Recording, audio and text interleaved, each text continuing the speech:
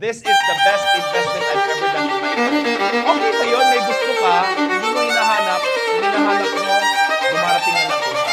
My only problem in life, if I am broke, if I am unhappy, if I'm healthy, because I believe I am disconnected from my Creator. Your Creator's always been there, connecting with you, except that maybe we have a belief system that we're separated from our source.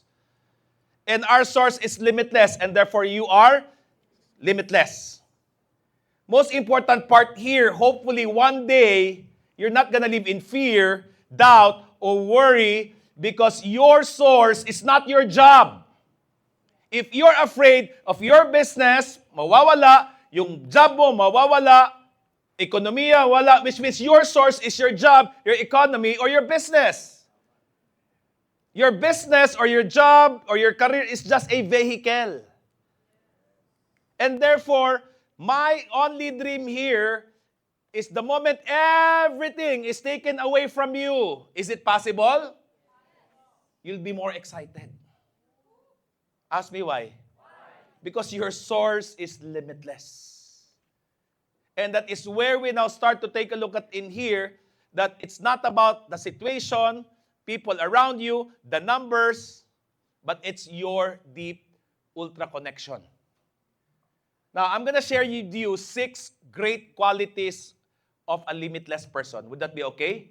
And this is what we're going to work on. Number 1, work and play become one.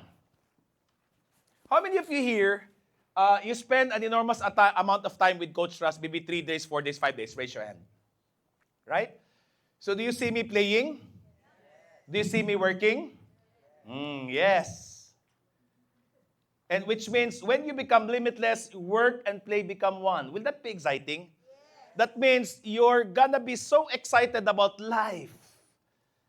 You're gonna be so alive because you're no longer working, because your work and play become one. It's not dragging anymore.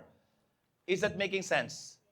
Number 2, immunity to overwhelm, which means busyness, pressure, stress, anxiety is not part of your vocabulary.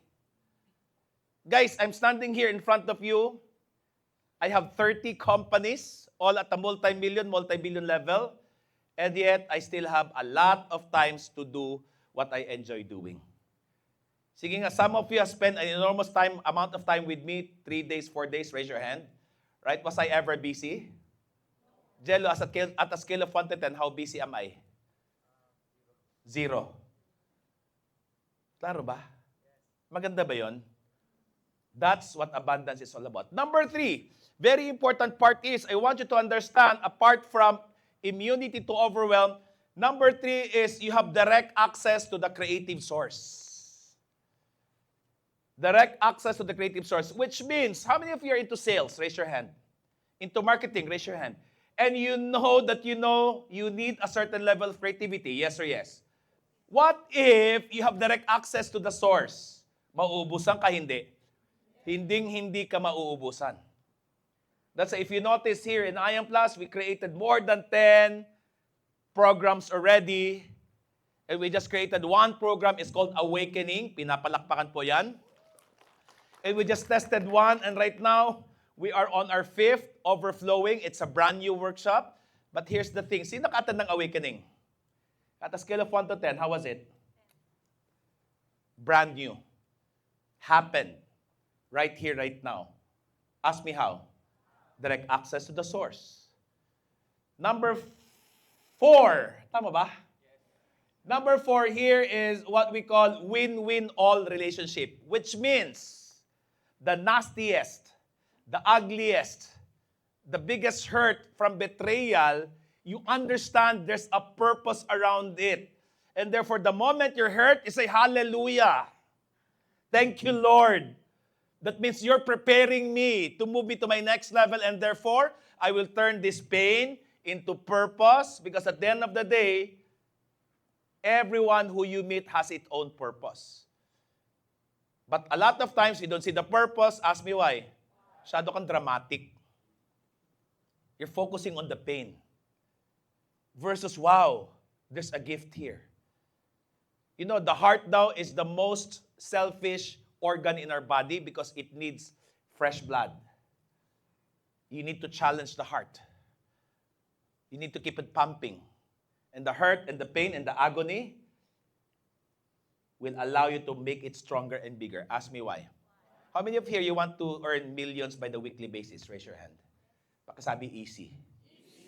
I'll guarantee you something. You'll be frustrated with people around you. There's a bigger chance you'll be hurt. There's a bigger chance you will be betrayed. I've done that already. I've seen that already. And here's the thing. I'm A-okay. Do I still get hurt? Oh, you bet, yes. But here's the thing. Seconds, I understand and I realize this is a gift to prepare me to my next level. Exciting ba yan? Yes. Win-win all relationships. Sabihin mo sa kanya, friend, i-release mo na kasi. Klaro? Yes. Number 5, abundance in all areas of life. Grabe, no? Abundance of friends. Okay ba yon? Abundance of talent. Abundance of time. Abundance of treasure, money. And hopefully you don't see money as a paper thing, that you see money is like an air.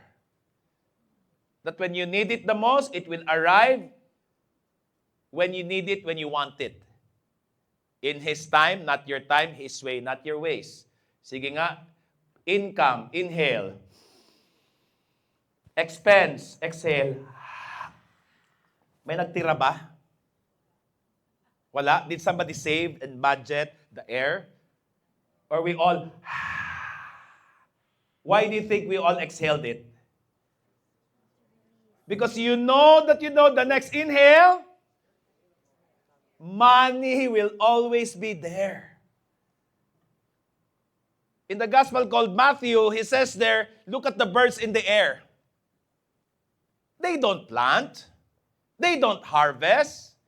They don't keep it in the barn. They just live happily, enjoy whatever they're doing, and they're well provided. Who is better, you or the bird?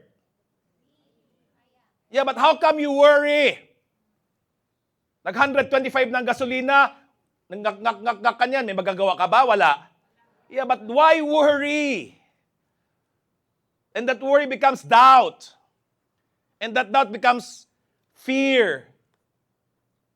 And that is now the opposite of abundance. Sabihin mo sa kanila, friend, never kang pinabayaan. And yet, this is, I'm gonna warn you. In the next, how many days that you'll be here, you will be stretched like crazy, and some of you will hide, will go back to your standard operating procedure. To your standard operating manual. Which is what? Panic. Fear.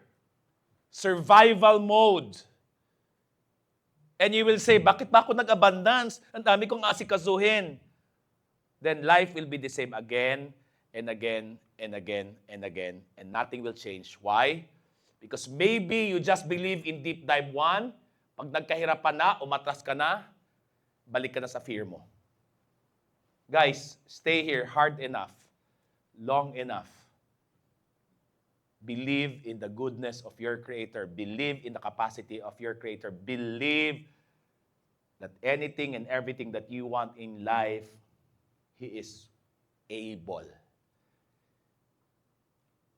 He's gonna support you all the way.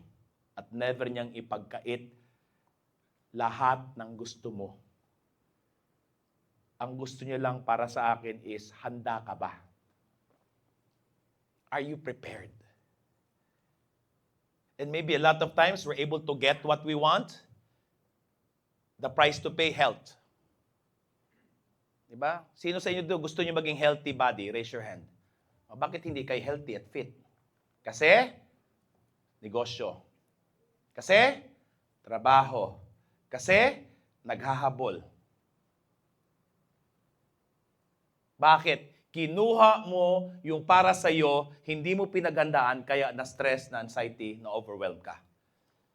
Your job here is just to prepare your vessel. To believe that anything and everything in your heart's desire, it's already available. You just have to prepare yourself. Are you with me? And the preparation here is really you practicing hard enough, long enough, understanding what this journey is all about. Next, number 6. Ease and flow. What does it mean? Okay? Okay ba yun? May gusto ka, hindi mo hinahanap, yung hinahanap mo, dumarating lang ng kusa. That means you don't even have to look for prospect because your prospect is prospecting you. Maganda, maganda. That's ease and flow. That you live in a life wherein you're just row, row, row your boat. You just have to work on your boat. Huwag kang mangialam sa boat ng ibang tao.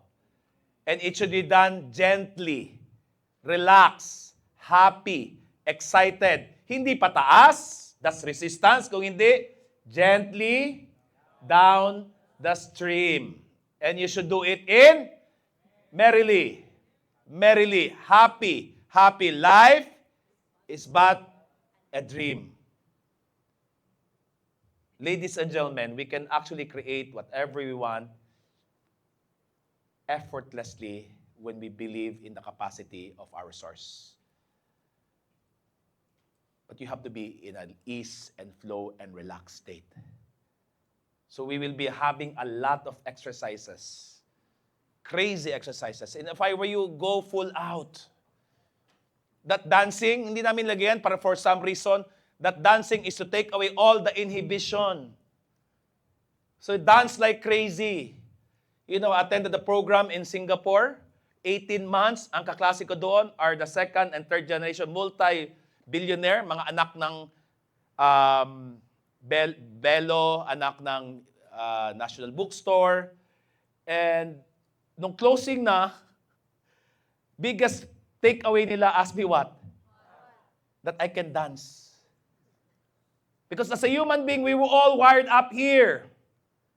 Why? We have a lot of inhibition. We have to take it out from our system. And those exercises that we're gonna do, stand up here, you sing. Alisin mo lahat ng shame tungkol sa iyong sarili. Shame is the lowest form of energy, the most opposite of the energy of our Creator, shame. Ba't ka nahihiya? Sabihin mo sa kanila, friend, ba't ka nahihiya? Anak ka ng Diyos. Dapat proud ka. But all our shame is imprinted in our body. Therefore, we have to shake it off. Don't worry if you don't know how to dance. Nobody cares. If you don't know how to sing, nobody cares. Just express. Be all out. That means this seminar is not just here. It starts with our physical body. Then our physical body dictates our emotional heart. Whatever we put in here, it will just flow. Why? Because you're able to let it all out 100%. Why am I bringing this out? Because what I don't want, pagdating ng May 24, deep dive, 3, day 1, day 2. Day 2 yan? Tanong niyo sa akin, ano mangyayari sa May 24 deep dive 2? O, syempre, birthday ko yan.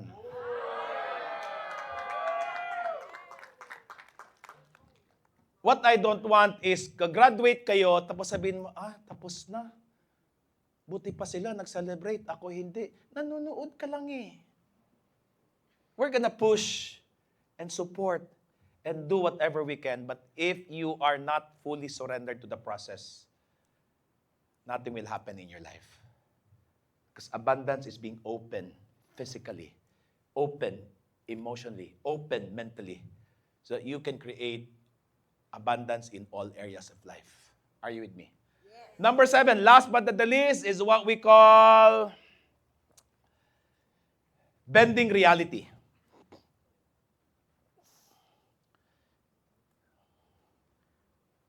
Is it possible for you to break record after one record in the next how many days? Yes or yes?